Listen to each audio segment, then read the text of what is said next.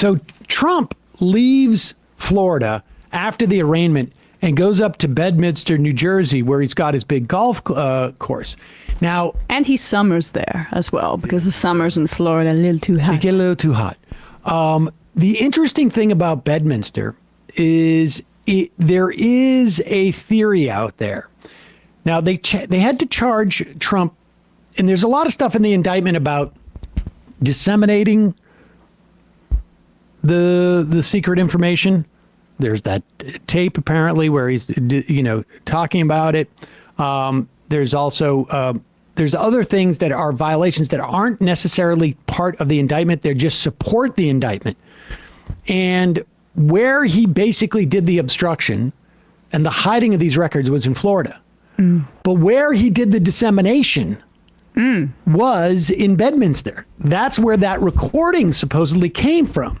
So it's not inconceivable, according to some of the experts out there, that Jack Smith could bring further indictments in New Jersey based upon the dissemination of that information. Interesting. Because the grand jury has to meet where the crime was committed. Now, he may or may not, we'll actually see, but that's just a slight coincidence. Trump heads up to Bedminster that night as if, in some ways, returning to the scene of the crime. Here he is, speaking to supporters in Bedminster, New Jersey.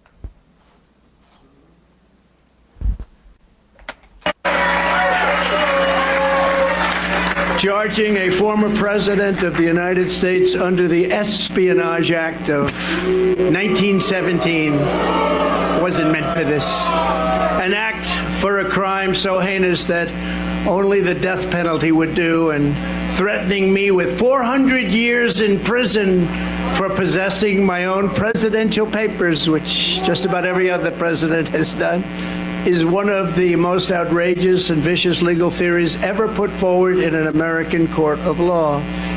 The Espionage Act has been used to go after traitors and spies. It has nothing to do with a former president legally keeping his own documents.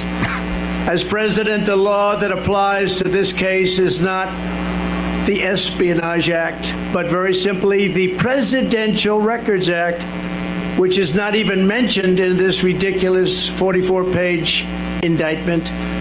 Under the Presidential Records Act, which is civil, not criminal, I had every right to have these documents. The crucial legal precedent is laid out in the most important case ever on this subject, known as the Clinton Socks case. You know what that means? I'm not sure I know really. what that means. Socks or socks? Okay. The issue, of course, again, has to do with the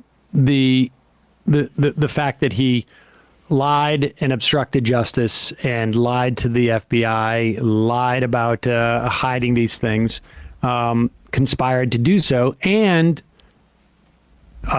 though he's not being directly charged for disseminating this information, it is obviously supporting in the indictment.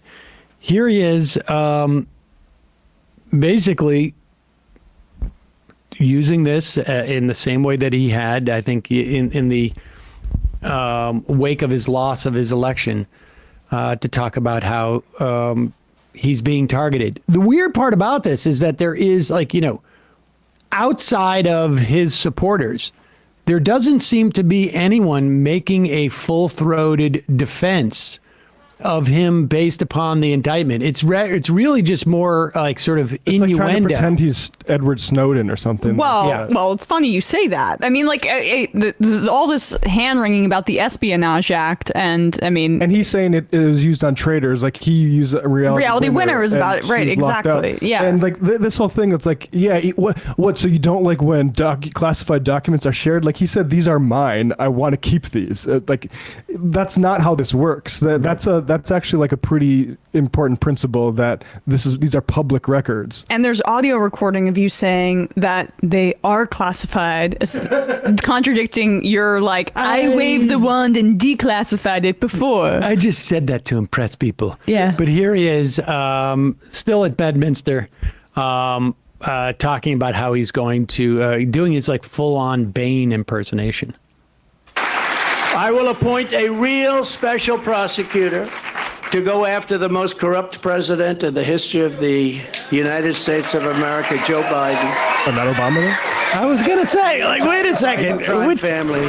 Pause it for a second. Honestly. Biden crime family. Honestly, I did when he, when I first heard him say that, the first thing that came into my mind was Obama. And then I was like, no, of course, it's got to be Clinton.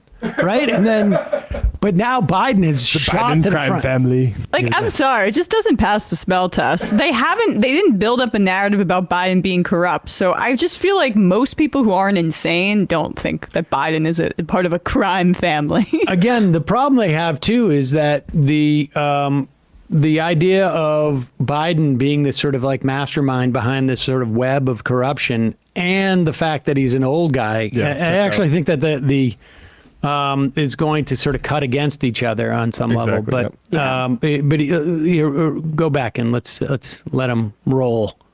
I will appoint a real special prosecutor to go after the most corrupt president in the history of the United States of America, Joe Biden, and the entire Biden crime family.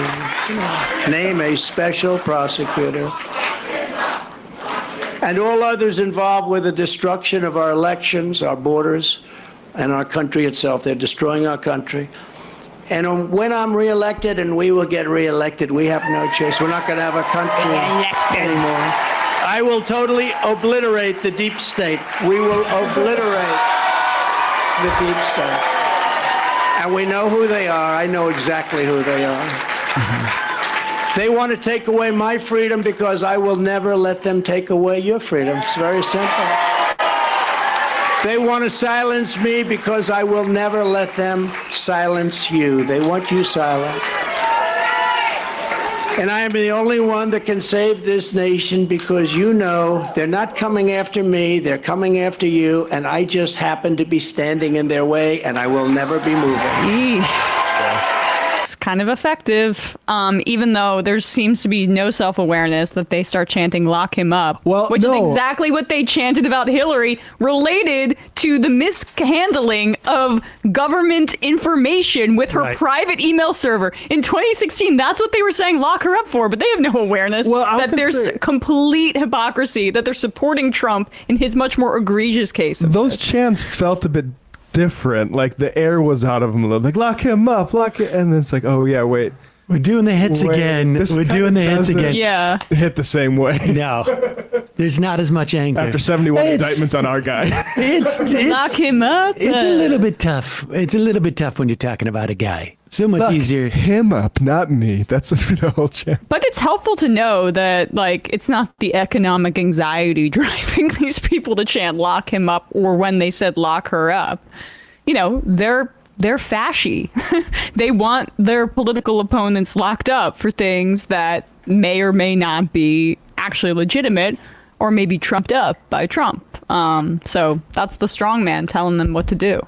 Sam's crush-proof seed sack says, Sam, those additional facts in the indictment is telegraphing. Those facts are irrelevant to what was charged in the SDF. The telegraph message was for Nalta. That is his advisor who was carrying these boxes around, and perhaps a few others.